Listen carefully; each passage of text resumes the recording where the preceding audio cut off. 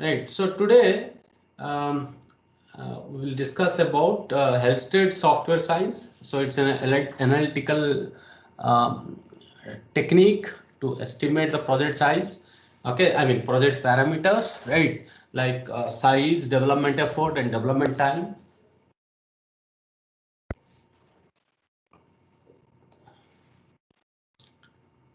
So according to Halstead, so he used certain primitive parameters, program parameters. They are being used, to derive all these expressions, right? Like program length, maybe potential minimum volume. We will talk about that actual volume, language level, effort, development time. These things will be derived based upon primitive program parameter by considering primitive program parameters. So they are actually the operators and operands. Okay, based upon the operators and operands, because so when you write any program, so that program will contain certain number of operators as well as operands, right? So we'll talk about that. Okay. So these are the actually four parameters they have considered, Halstead considered, right? So let's say there is a given program for which neta 1 be the unique operators. Okay. So neta 1 represents the unique operators. That means the number of unique operators used in the program.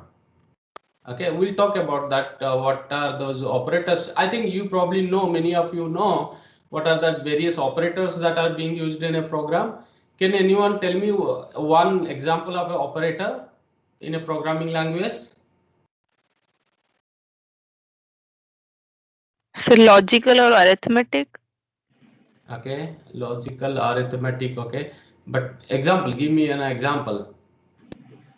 Sir, A Sir, plus and B. or So plus is an operator. A and Right. B and is an operator.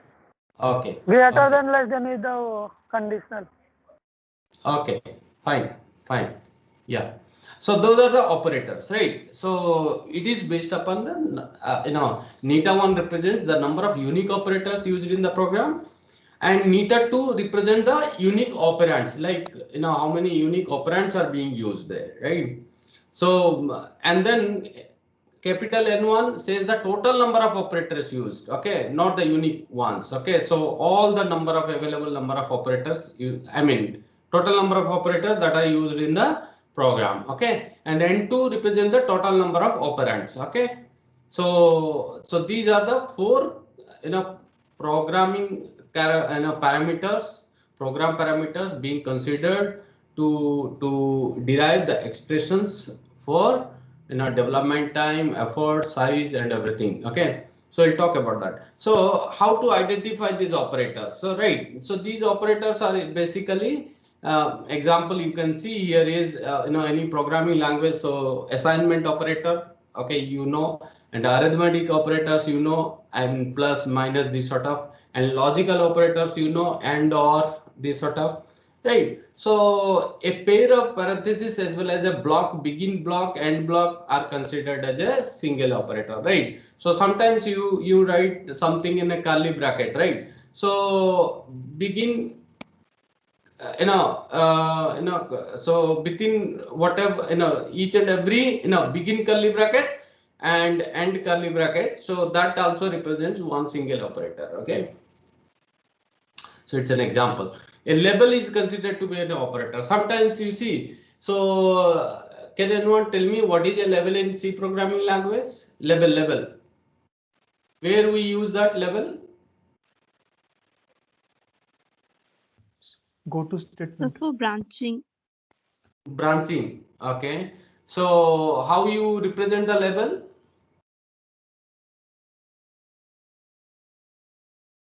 in C programming? An identifier followed by a colon symbol. Yes, right.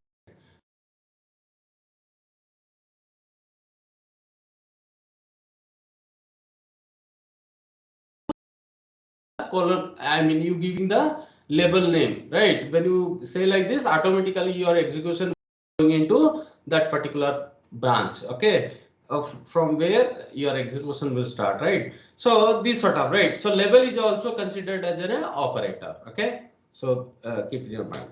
The constructs if then else, okay, and if. So this will be considered as a single operator, and while do is also considered as a single operator, like this. Okay, so like whatever the constructs you have, they can be considered as a single operator also, right?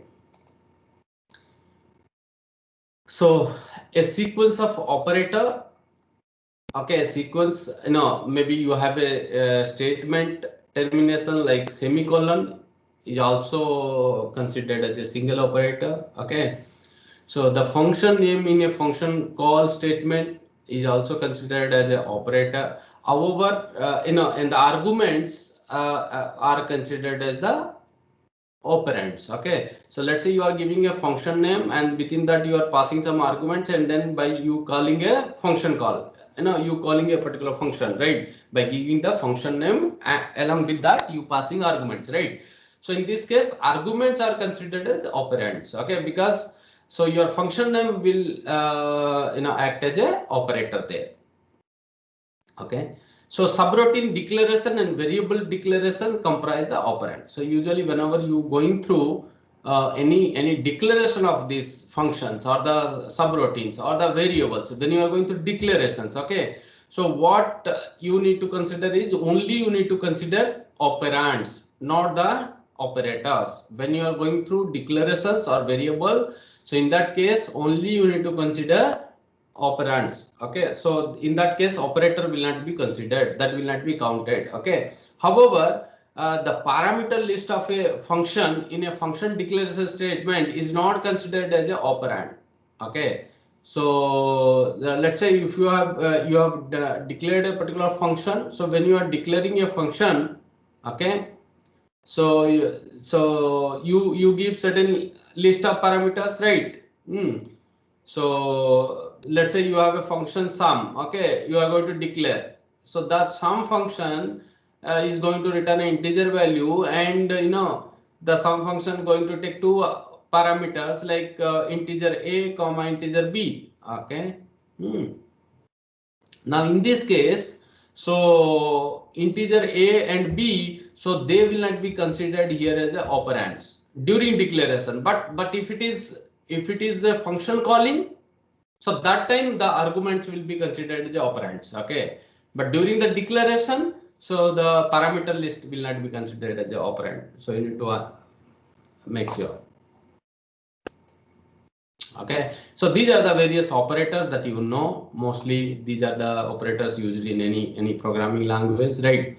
So you have a break, return, continue, go to, for, do while do, switch, if then else, okay, plus, minus, star, these are all different operators you have. Along with that, so a function name. Okay, so function name is also a operator in a function call. Okay, so the operands are those variables and constants which are being used with operators in expressions. That is what you know. Okay, so usually, so when you write a plus b, so here you have operands a and b, and here is plus.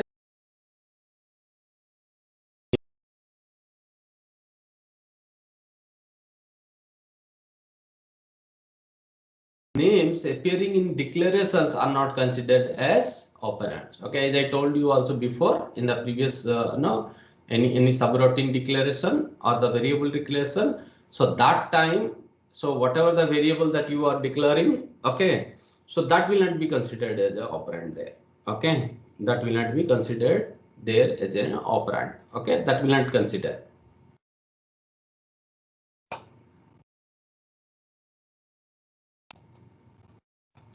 So let's say, for example, you have an example like this is the program written. Assume that something, a program like a is equal to ampersand b is equal to. So let's say this is a statement that you have. So part of the statement, what are the operands? Can anyone tell me?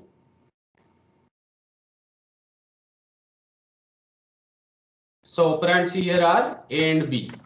Okay. A and B. Right. And the operators here is assignment as well as ampersand. So these are the two operators, okay, being used. Similarly, now the below statement, now you see it is a function declaration, okay, it's a function definition, it is not a function calling, okay. So whenever you have a function calling, what I said you, so the during this, okay, function declaration, so you so function name will not be counted as a operator, I told you, right? So now they will not be considered as operator, right? So now can you tell me what else can be counted as a operator?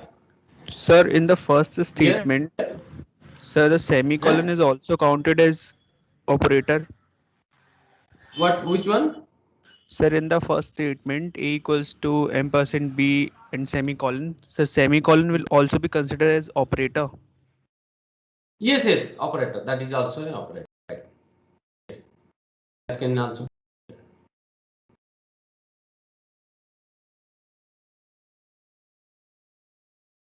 This part, the interesting part you need to know here is, so whenever there is a function name declaration or the function definition is given, so in that case the function name will not be counted as a operator, okay. But if it is a function call, so then the function name will be considered as a operator, okay.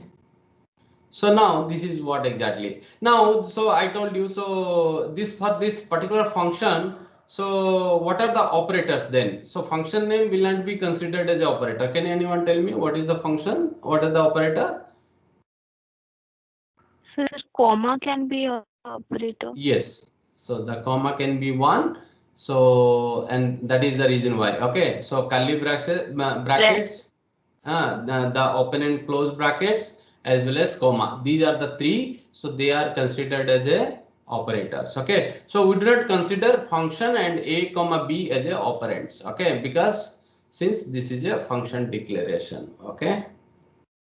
Now, you know. So consider the function call statements. So now, for example, the another example you can see here, it is a function calling. Okay, it is not a definition, right? So there is a function name and you are passing two arguments. So in this case, the operators can be, so function can be operator, comma can be operator, semicolon is also considered as a operator. Okay, and the variables a comma b can be treated here as a operands because it is a function calling. So this way, right? Now, so before going into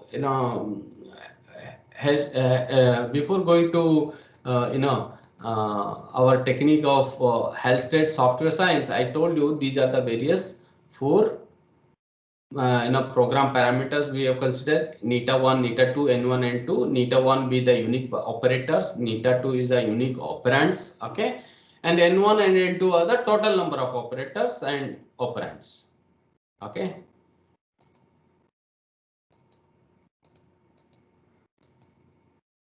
So this is what, so right. So now, so the length of a program as defined by Halstead, so basically, so it takes the total number of all operators and operands, okay. So that will be going to give you the total length of the program, right? So you have written a program using the, so you have certain number of operators and operands part of a particular program. Then, so the length will be computed as, so n is equal to n1 plus n2 because of operators and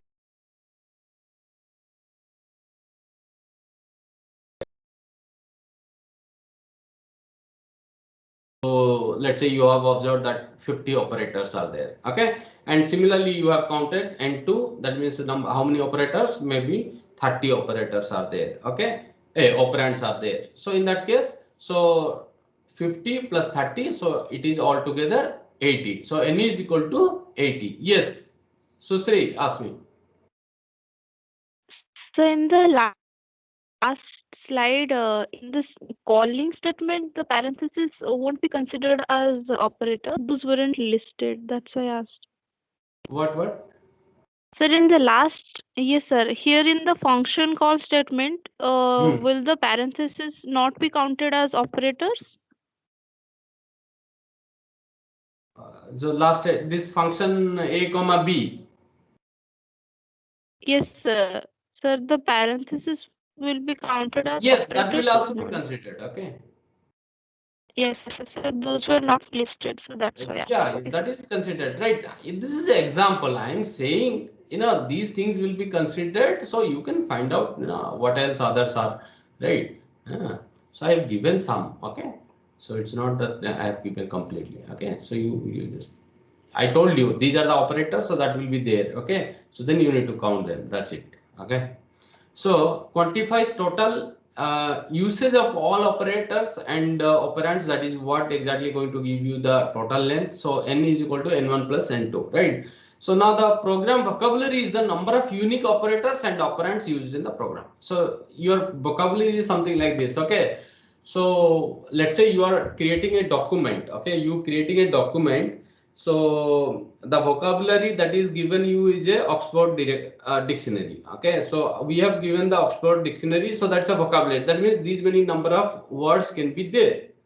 Okay, now you can understand. Okay, so program can be written using those unique words. Okay, so now as I say plus operator. Okay, so the plus operator can occur 5 times, 6 times within the program, right?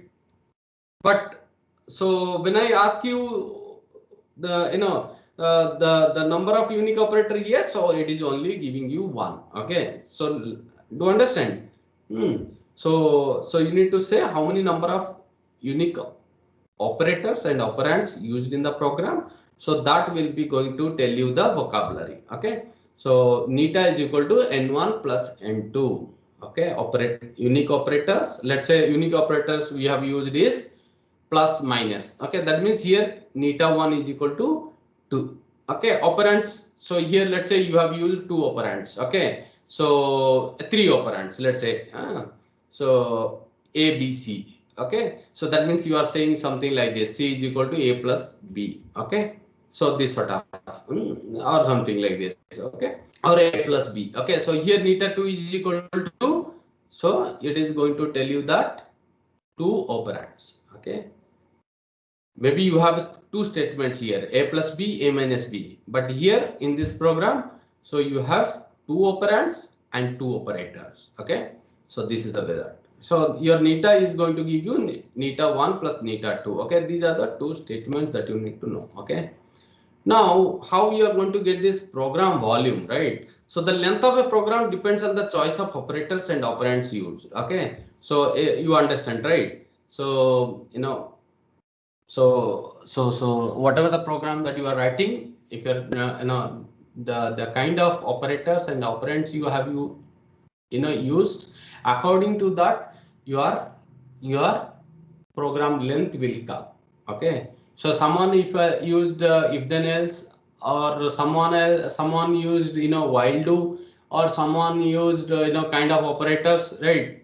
So whatever, I mean plus minus, whatever the operations that he has used. Okay, so it all so maybe you can think of something like this. So given there is a same problem, okay, so there is a same problem that needs to be that needs to be developed using a program using a program, right? So now in that case, so let's say one programmer uses certain operators and operands, the other programmer uses different set of operators and operands. Then what will happen? So your 2 programmers, they are developing the same program, but they have chosen different operators and operands, right? As a result, what will happen? So there may be a chances of different lengths, okay, coming. So this type of dependency would produce different measures of length, okay, for essentially the same problem when different programming languages are used. Okay, so now you can think of like this. Okay, so the same logic is developed by a Java programming language. The same logic is developed by C++ programming language. So you have different set of constructs here in Java, and as part of C++, you may have different constructs, right? So this way, maybe you using pointers concept in C++, but the pointer concept is not there in the Java, right? So as a result, what will happen? So you will be developing in a different way because you are going to use all the reference variable concepts here in Java, right? So there only you use pointers, right? So now the kind of operators, so pointers means there you will see some sort of star operation, right? So star p some sort of, right? Okay, here you will not see star sort of, but you will see ampersand sort of, right? So you wanted to create a reference variable, so in Java, so you use ampersand, okay? So something like that, right? So now kind of operators will be differ, okay? The kind of operands you will be going to use maybe also differ, okay? So as a result, what will happen? So you will get two different length, okay? Now, so that means indirectly what we are saying now, whatever the length we are calculating, so that all depends upon a kind of programming language we are using, okay? So now, so while we need to calculate, program length, we need to definitely consider what sort of programming language that we are going to use. Okay, what sort of programming language we are going to use. So that means, despite, I mean, what indirectly we are saying here, despite, whatever the programming language we are going to use, so the length or the volume should be unique. That is what the idea. Okay. So maybe you are using a Java programming language or you may be using a C+ programming language.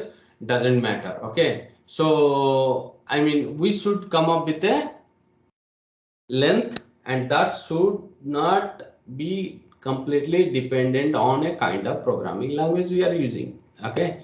So then only it will be the efficient one. Okay, this length volume estimation will be very effective. Okay, otherwise, so then you will be going to get two different length, right? As a result, you will be getting two different volumes, right? So that will not be allowed. Okay, so that is the reason why keeping this thing in your mind. So what is given here is, now you can see, so v is equal to n multiplied by log 2 base neta. Okay, so here, the program volume can be calculated like this. So what is n here? N is the program length, the total number of operators and operands that are being used in the program. That is capital N. Okay. And log 2 neta. So neta here is the number of unique operators and operands. Okay, right? So why we are going through this log 2 base n? Can anyone tell me?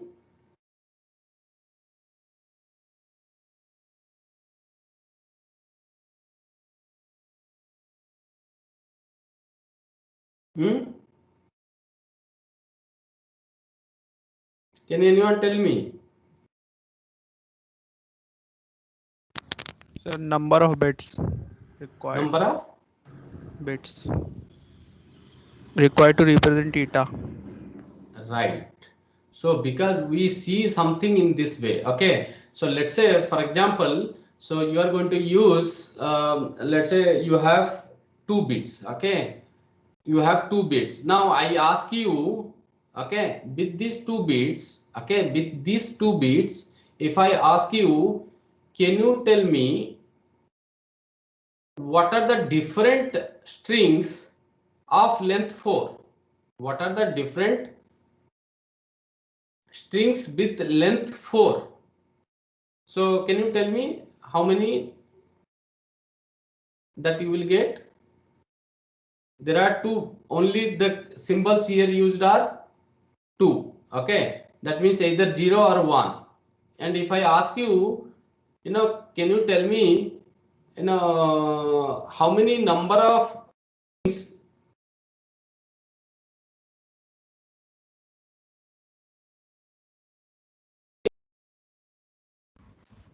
2 power 4. 16. Huh? 16. 16. Okay, so because it is 2 bits 0, either I'm asking you, right? I'm asking you. So how many number of possibilities of strings, okay, unique strings with 2 bits of length 4. If I ask you, so usually what will happen? 2 to the power of 4. Okay, so when you say 2 to the 4, that means 16. So this way you can think of, right? Let's say you have a vocabulary. Vocabulary means, so unique operators are, let's say you have 10. Okay, so you have a 10 unique operators. Okay, operators as well as operands. Okay, so how many bits you really require to represent this? 4-bit. 4 bits enough. Okay, so if you say 3 bits, then possibility is only you can have 8. Okay, as a result you will not be able to represent uniquely the operands as well as operators, right? So that is the reason why you need to take 4, right, length 4. Okay, so now that can be obtained. So this is the reason why. Okay, so now what we say is V represents is the minimum number of bits needed to encode the program. So if you think in terms of bits, okay, in terms of bits, so then you will be able to understand. That is the reason why it is says. So now you have a neta. Okay, so if you wanted to represent neta different identifiers uniquely, so we need at least how many bits? Log 2 base n. Okay, where neta is the program vocabulary. Okay, so now so you require at least these many number of bits, and you have, as I said you, so what is the program length? Program length is capital N. Okay, then what are the total number of bits that you will you require? Total number of bits, so n into log 2 base n. Okay. So I said you, so let's say you can think of, okay, you have vocabulary of 10. That means you have vocabulary of 10. Okay, you have vocabulary of 10. Okay, and I ask you, and in your program you have 100. Okay, you have 100.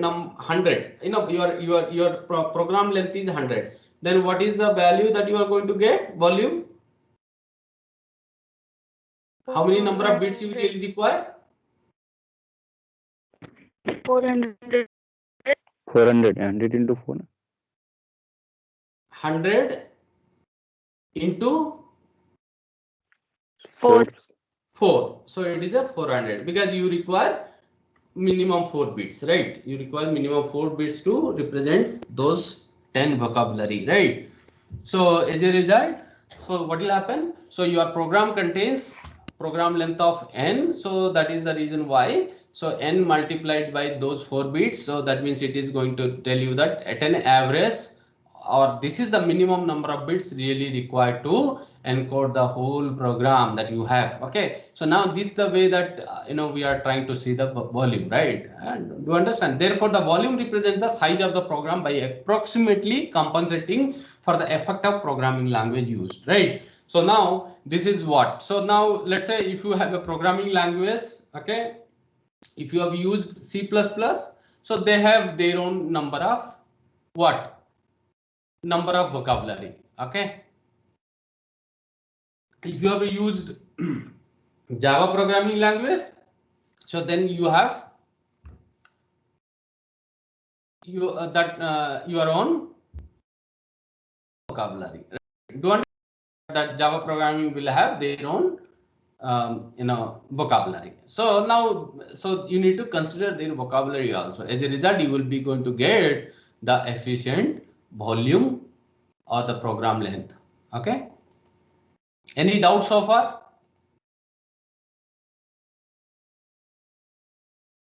Any student here? Any doubts so far? No, sir. Okay.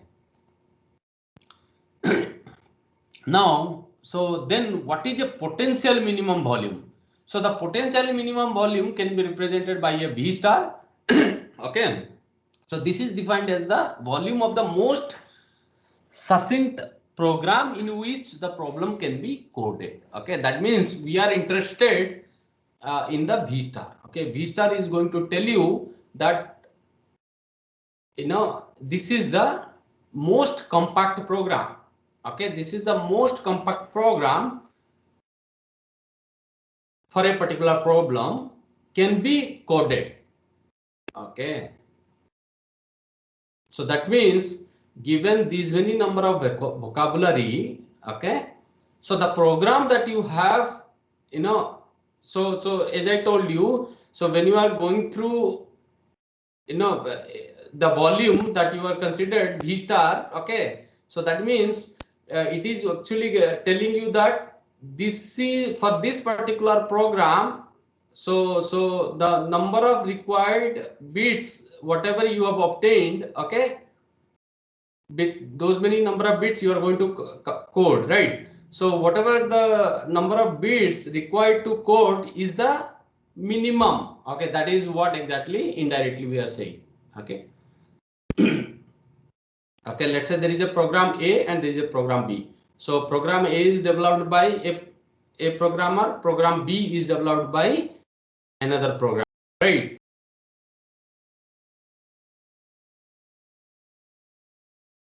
Okay, so now you calculated this V, right? Now what we are saying is, so V star is something.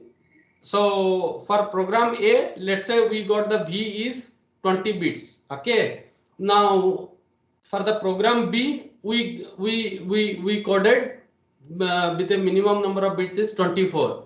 Now which one is the compact program? Can anyone tell me, A or B? A, because we have taken only minimum number of bits to code that particular program, and we are interested in that particular compact program. Okay, so that is exactly the best one, right? So the minimum volume is obtained when the program can be expressed using a single source code line.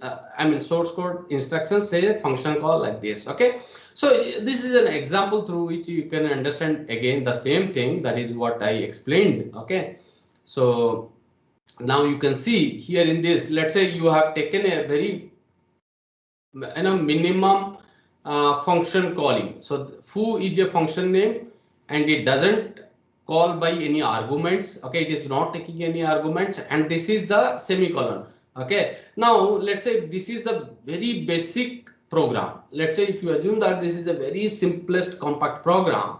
Okay, so now this compact program, now you see, so how many operators you require for this, to this function calling?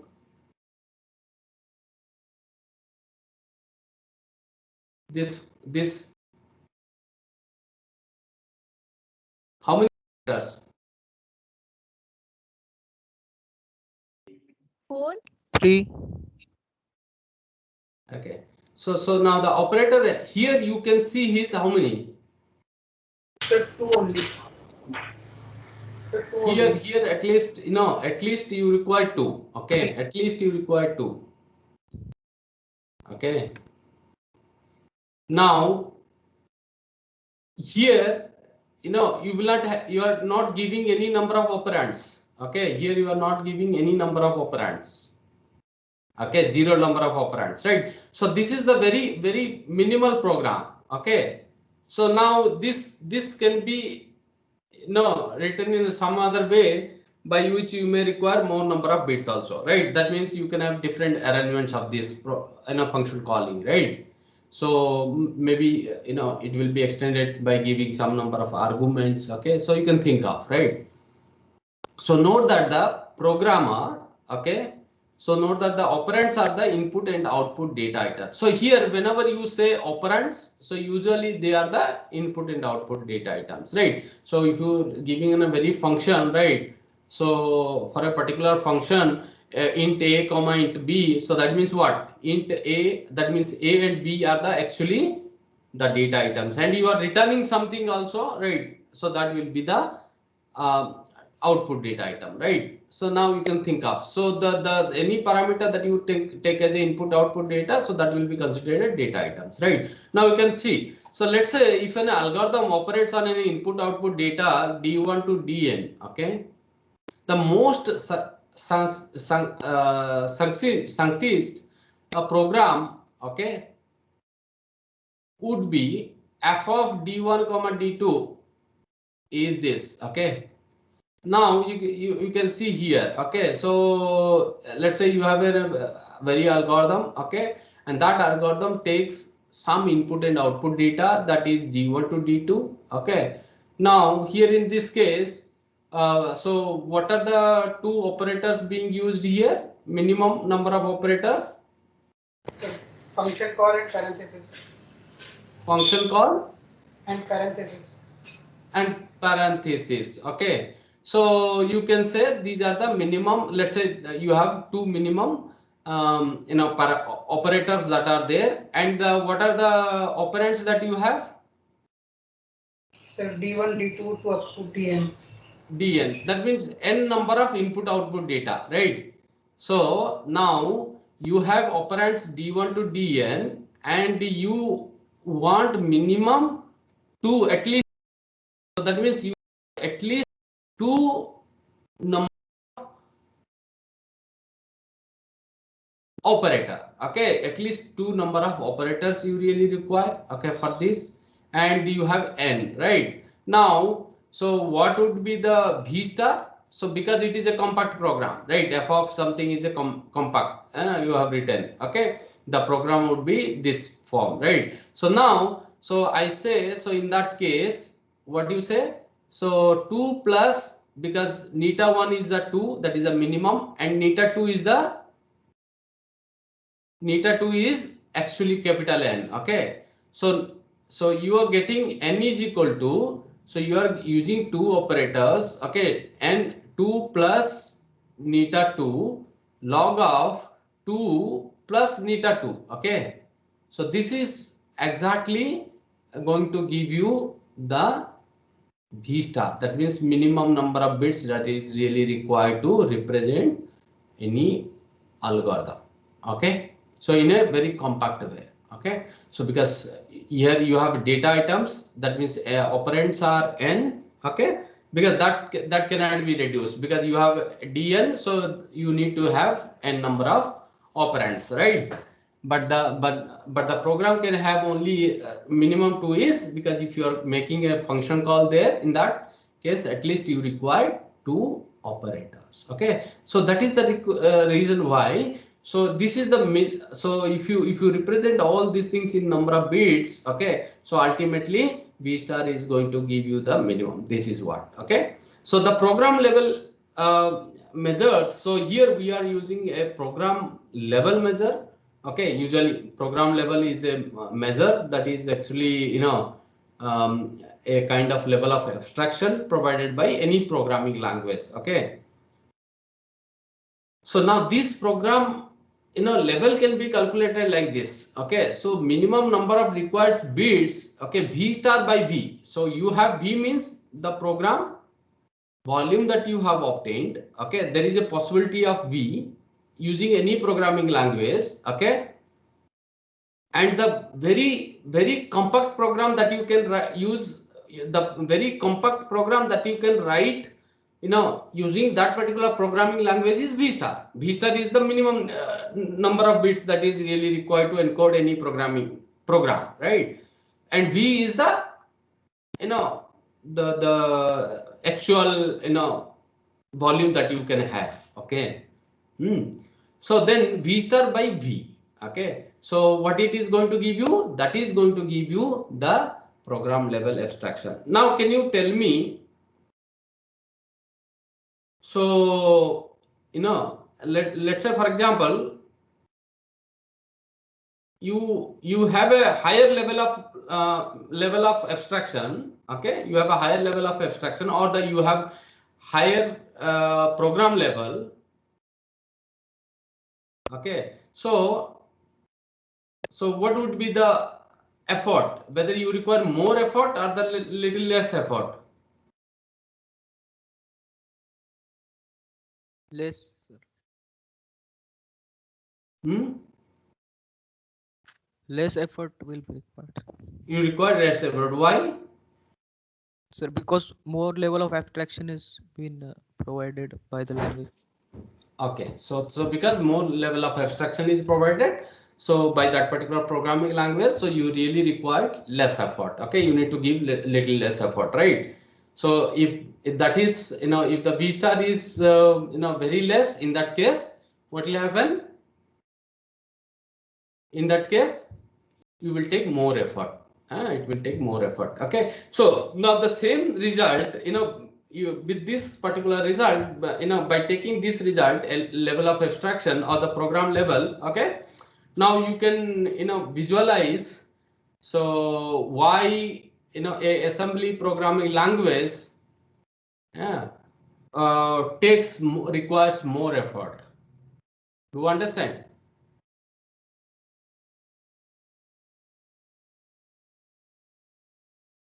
I mean, you see, the same program, if I ask you to develop using C program, and the same program, if I ask you to develop using assembly language, which one will require more effort? Assembly language. Why? Sir, because uh, you have to write the code for every step that is to be executed on that machine. No, The so that means, so by using assembly language, you cannot create a very compact program. Okay, that's one that you need to understand. This way, right? So if I ask you to develop a program, some addition of two numbers. So how many statements you are going to give? Move a first you will have to move something into a, move something into B, and then you have to load, store, you have so many number of instructions. Okay, that means you are unable to write in a very compact way. Okay, so that is the compactness is V star. Okay, so the most succinct program for which you getting the volume is V star, right? Now, so if you use assembly language, definitely you require more effort, okay, as compared to any high level programming language. Okay, so now you can think again about this. Okay, so any doubts so far, students? Sir, Yes. sir, why we are not considering semicolon as a eta 1 in each case? And also comma, sir. Comma and semicolon, both sometimes. Yeah, no, what I am saying, so here is something I said. So minimum, okay, let's say if you are saying minimum, if you want to, if you want to have these many, what you say, operators. So with these operators, so you can at least write a program. Okay, so let's say, for example, if I say something like this. Okay, so you can think of like this: you are taking only one input data, let's say, assume. Okay, taking one input data, in that case you will not be going to see the comma. Okay, so I mean, very compact one is something I'm saying. Okay, so n can be any value. Okay, it may be 1 or 2 or whatever may be, right? So this is the way that you need to think. Okay, very compact program that can be possible out of this is, so this one I said. Okay, so for which you can have neta 1, so 2. Okay, at least 2 you require. Okay, so it can go, you can use 3, you can use 4, you can 5. So we are taking the minimum one. Okay, we are not taking the, so you can say it's comma. So comma means, so I said at least 2. So that means it can have 3 also, it can have 4 also, it can have 5, but we have considered only the minimum thing. Okay, so minimum number of bits that will be really required. Okay, for any sort of this programming language algorithm. Okay, so that is what we are saying. Okay, that is where we are interested to calculate the program level of abstraction, right? So there is a V always. Okay, so you can calculate V. Okay, so if you say there neta 1 is equal to, you take whatever the exact value, then you are going towards a V. Okay, V is a large set. Okay, and V star is a subset. I mean, from out of all large set, so the minimum one we have taken. Okay, so that is what we are saying. Clear? Sir, so comma and semicolon are the only ones that we will not consider, or anything else that will be not considered? I'm not saying that. Okay. I'm not saying that. Okay. So whenever you are going through any sort of this, I mean calculations. So usually this is an example I'm saying. Okay. So I'm through an example. This is the way that you can say. Let's say if you with two minimum required number of operators, that is compulsory required. Okay. So without this, that cannot be possible, right? That means this is the at least. Okay, I said at least two. That means you require three also. Okay, you can have three, you can have four. Okay, you can have five, but minimum is two, I said. Okay, so with this sort of scenario comes, so then 2 plus neta 2. Okay, right? Because we have not considered, so here, that is what the 2, that is the reason why 2 plus neta 2 I said. Okay, so unique operators plus the operands, the total number of operands. Sir, sir, Yes. sir, actually, I got why we are not considering comma. Let's say if we are passing only one parameter, but why we are not considering semicolon? Because it would always come after parentheses, no? So why we are not taking it? It should be at least three, I think. So you see something, you can think of, maybe it is something like this. Okay, so as of now, you see, so how many operators are really required here? And, we are not considering comma, so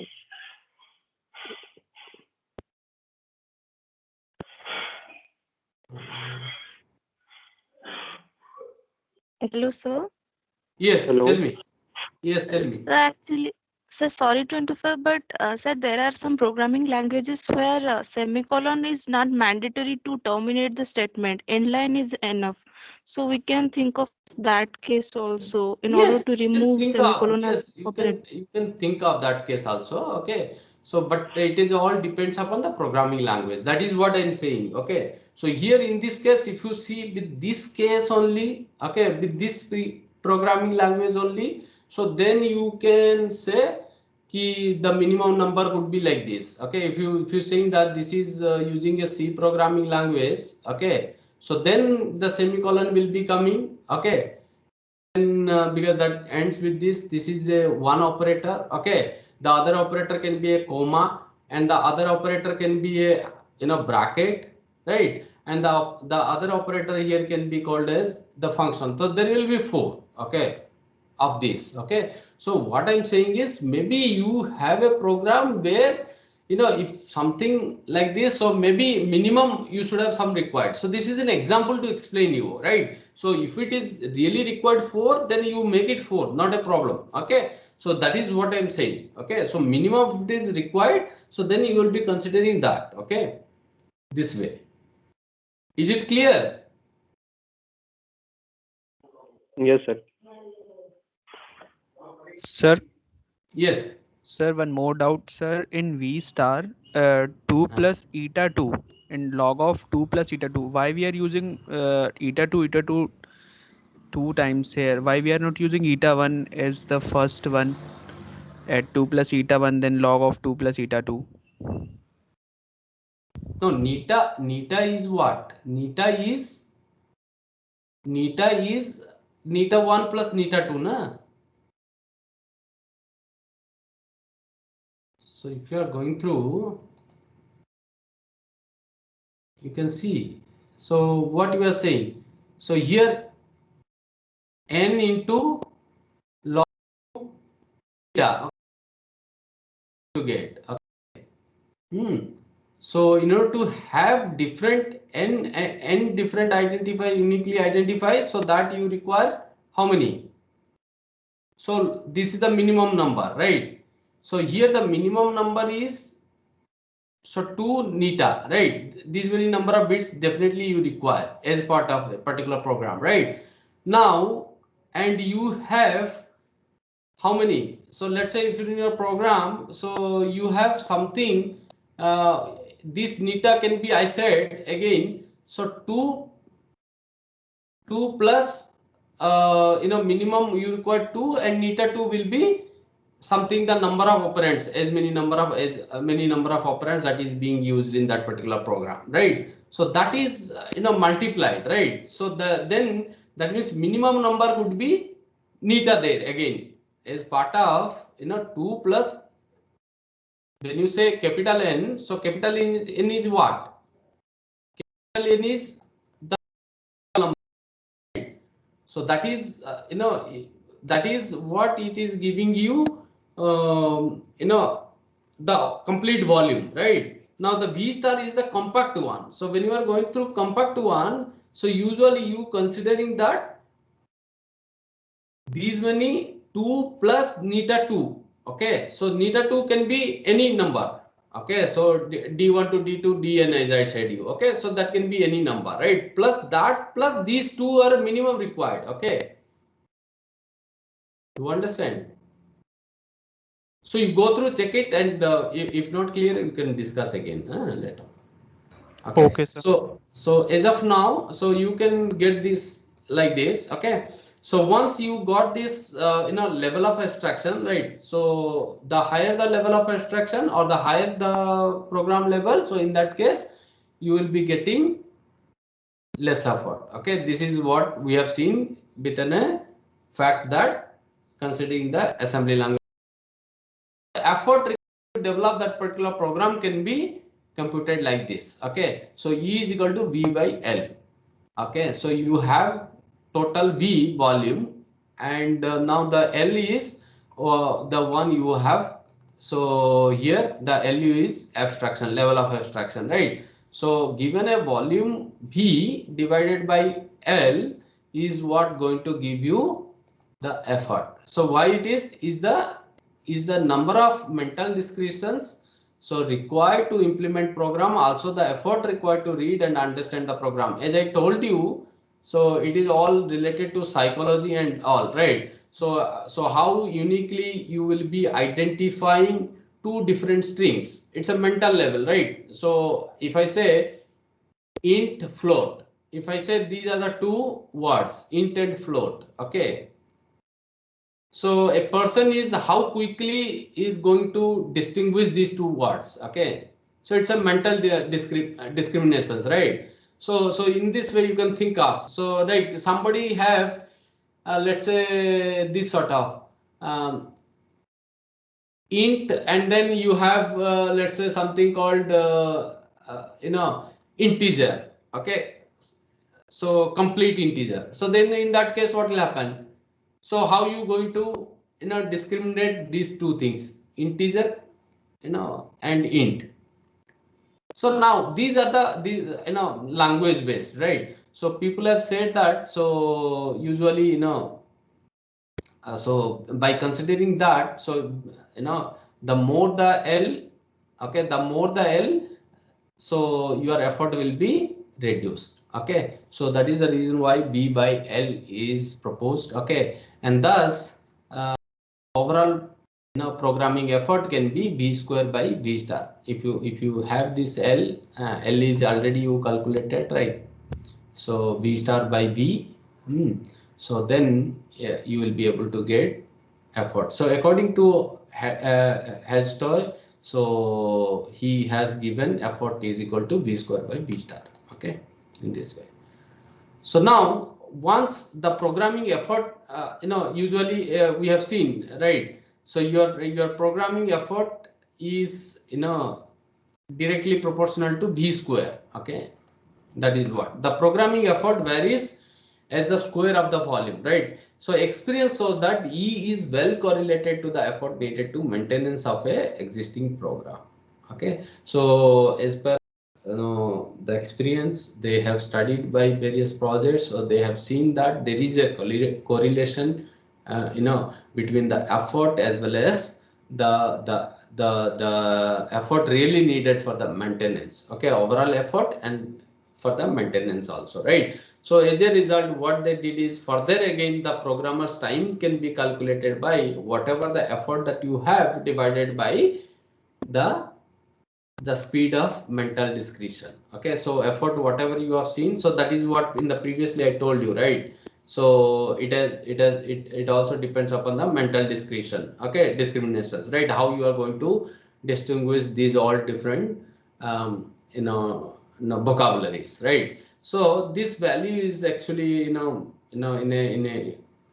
empirical study by using psychological reasoning and all. So they have recommended that so any programming language, so usually 18 is the speed of mental description. Okay, so now you can say you can calculate the time also. Okay, so you have got the effort.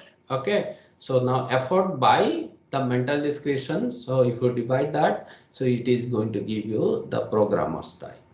Okay, so this is the way that you can calculate the effort as well as you can calculate the time required.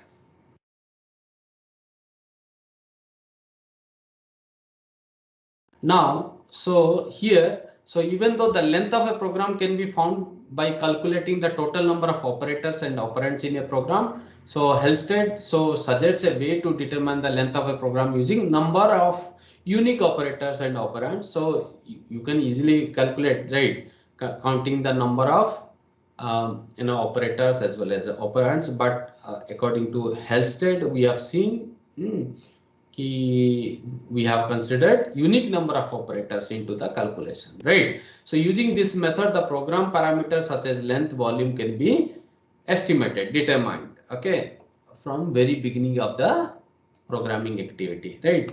So now, so Halstead assumed that it is unlikely that a program has a several identical parts, substrings of length greater than neta. Okay, so according to Halstead, okay, what he says is, so you may not have a repeated number of sentences or the substrings. Okay, so you have written a program, right? So many times we see some of these substrings of those things are repeated again and again, right? Yes or no? When you are writing a program, so sometimes you use some substrings, they are repeatedly used again and again because you have used many vocabulary again and again. Okay, yes or no? When you are writing any story, Yes. so part of that particular story, so you find certain substrings common in many sentences. This is to Yes, sir. say, that is to say, that is, these sort of things gets repeated again and again. So similarly in a programming also. But what Halstead says is, if you have neta being the minimum vocabulary, in that case, so the substrings of length, neta, okay, so usually you will not have identical parts. Okay, you will not have identical parts, okay, greater than neta. Okay, so that will not be possible. Okay, because the greater, you see, let's say you have a 20 vocabulary. Okay, you have used 20 vocabulary, right? So part of a string, if you are going to write any program instruction, so in a instruction you can use all 20 at max, right? You can use all 20 operators and operands. I mean, whatever the vocabulary that you have, okay, unique ones, right? So now by using those all unique ones, so in a particular string you can have 20, not more than 20, right? Now your substring will also contain maximum 20, but that not more than 20, right? So this way you need to think of, right? So usually uh, you know so you can think of uh, so any program, right? So any program of length n consists of n by neta unique strings of length n. Then this assumption can be varied, right? So that means, let's say you have a n is 100. You see, n is the total length, right? So now the total length is, let's say, 100, and you have unique operators, how many? A vocabulary, let's say 10. So what you will get? 100 by 10, that means at max 10. Okay, so at max you will have unique strings of length 10. Okay, that is what the possibility, right? So because you are not going to repeat them. So because whenever you have any sort of repeating things, usually we keep them in a particular function, right? So let's say you have a summation of two numbers. So mostly you wanted to do summation of two numbers many times, right? So you are not going to write again and again that logic. So that logic will be kept in a function. Okay, why? Because this is the substring going to repeat again and again. Okay, so something which is getting repeated, that will be part of a function, right? That means, so you are not going to see some sort of identical parts not getting repeated with length of greater than neta. Okay, so that is the reason why we have a safe assumption that so any program can have a length of n consist of these many number of strings of length neta. Okay, now it is standard so you can think of this way. Okay, so what you can say now, let's say for example, I say you have a alphabet of size k. Okay, and you want some arrangements, okay, of length r. Okay, you want some arrangements of length r. So what is the possible, total possibilities of arrangements? Like very similar to this. Okay, you have 0 and 1, two alphabets. Okay, and if I ask you how many number of strings with how many number of strings of length 4, if I ask you what is the value? 2 to the power of k, 2 to the power of 4. Okay, similarly this is the logic here, right? So it is a k to the power r, right? So now what we are saying is, so the maximum number of possible arrangements with neta length can be neta to the power of neta. Okay, now and n by neta is what we assumed. Okay, now this n by neta should be less than or equal to n to the power of neta. This is the condition that we are going to meet. Okay, so neta to the power of neta, so this is the overall arrangements, right? Out of which we assume that so program is not going to repeat those substrings. So as a result, n by neta is the number we are getting, these many. So now the condition here is the sufficient condition here is the n by neta should be less than or equal to n to the power of n. Okay, if you allow that strings are going to repeat that, then maximum will be n to the power of neta. Okay, these many all arrangements of length n. Okay, all arrangements of length n. Okay, so then those many number of possibilities, right? But we are saying that so something which is going to repeat, so that will not be part of the program, and that will be part of a particular function. Okay, as a result you will be getting n by neta. Okay, so now n is, so again rearranging them, so you can get n is less than or equal to neta to the power n plus 1, right? And in your program also, so usually you alternate these operators and operands, right? Whenever you are writing all these things, so you usually alternate them, right? So as a result, what you can say, the same equation in inequality can be written like this: n is less than or equal to neta to the power of neta plus 1 means what? It is a neta into neta to the power of neta. Okay, neta into neta to the power of neta. So neta you have, and that neta is divided in, again you can think of like this. So you can have neta 1 and neta 2 because operator and operator. So they are also getting they are also alternated. Okay, they are also alternate, right? So as a result, so you can, this equation can be rewritten like this: n is less than or equal to neta to the power neta 1 neta to the power neta 2, right? This way. Now what you can say is, so I told you n is a ordered set of n. That means all of the operators let's say you have a unique operators is what? You have a unique operator is 10. Okay. Now your program contains 100. Let's say your program contains 100, right? So 100 is what? 100 is a, so now I mean that 100 is coming out from this 10 unique operators and operands, right? That means that is a power set. Using all,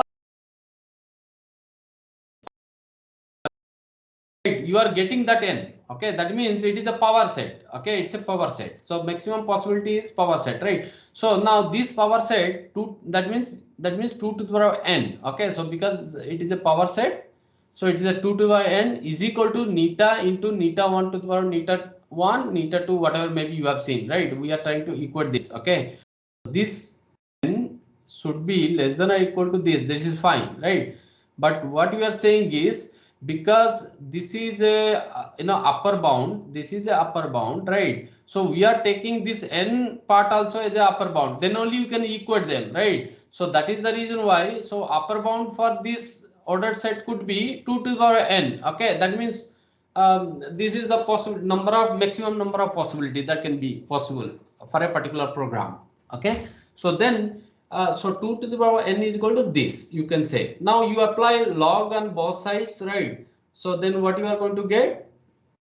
So if you apply log 2 base and log base 2 on both sides, then what you are going to get? So you will be going to get n is equal to log base 2 neta plus log 2 base neta 1 neta to the power 2. So this is what the expression you are going to get. Now, so because we are trying to get this, in a worst case, right? So and this neta is actually, it is not in polynomial. Okay, it is not in polynomial, right? As a result, you can rewrite approximately. You can, you can ignore this log to neta because this is not a polynomial term. Okay.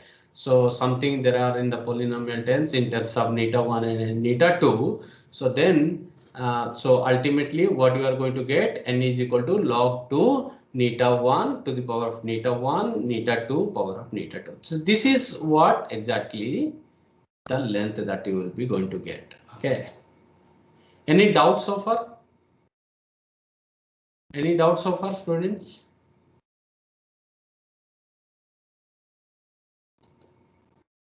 Okay, so now this can be further expanded. Okay, so in the next slide you can see that is what exactly done. Okay, n is equal to log 2 base neta 1 to the power neta. So as a result, neta 1 can be rewritten again this particular logarithm expression into neta 1 log 2 base neta 1 plus neta 2 log 2 base neta 2. Okay. Now, so this experimental evidence gathered from the analysis of a large number of programs suggests that the computed actual lengths match very closely. So now, so Halstead, so he studied by taking various projects, and after the experimentation, so he find a better correlation, right? So that means whatever the estimation that you are doing through this way, so it is very close to the length that we estimated, and the length actual length that we are getting. Okay, so that is however, the results may be inaccurate when small programs are considered individually. So but this can be applied to very large projects, but maybe for a small program, so this may not be that much accurate. Okay. Now, so what it says is, so let's say if a program, it contains many small programs, so you should not be individually computing them. So you should be computing as a whole, then you getting a accurate estimations, right? But if you compute for small programs, so probably maybe you have to get accurate estimation of length. Okay. So now one example from this you can see. So now let's say this is a program written here. What you need to do is first you try to identify what are the different unique operators are being used here. So these are the unique operators. Now you can see main, So the brackets, int, scanf, they're all different unique operators being used, and unique operands are these. Okay, so they are all the unique operands. Now, so neta1 is equal to, you have 12, neta2 is equal to 11. So if you are going to calculate this estimated length, so 12 log of 12 plus 11 log 11, so it is approximately going to give you 81. Okay, now whatever the values 81 you are getting, and that 81 will be, if you want to calculate the volume, so usually length, that is what exactly you obtained 81 and multiplied by log of 23. Okay, so that is the 81 multiplied log of neta1 plus neta2. Okay, so that is exactly going to give you the volume 366. Okay, so as per this Halstead's theory, so it is going to give you or quantify certain attributes. Okay, so those are the program complexity, how so ease of understanding, the level of abstraction we have seen. Okay, so number of operands, those things being used, uh, so how many number of operators appearing in a particular program. So you have taken into all of these things, right, to calculate the level of abstractions, right? So Halstead's software science provides gross estimates of properties of large collection of software, but extends to individual cases rather inaccurately. So that means what it is says. So his estimations are very close when you are considering a very large software. Okay, so that may be consisting of many small programs. Okay, but if you are going through individual cases, so probably you are not going to get the accurate estimations. This is what exactly it says, right? So now today we'll stop here. Okay, at this point. Okay, any doubts so far, student?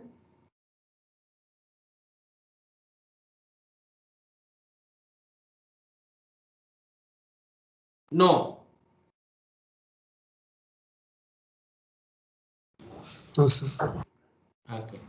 No, sir. Okay, right. So I stop the recording, and then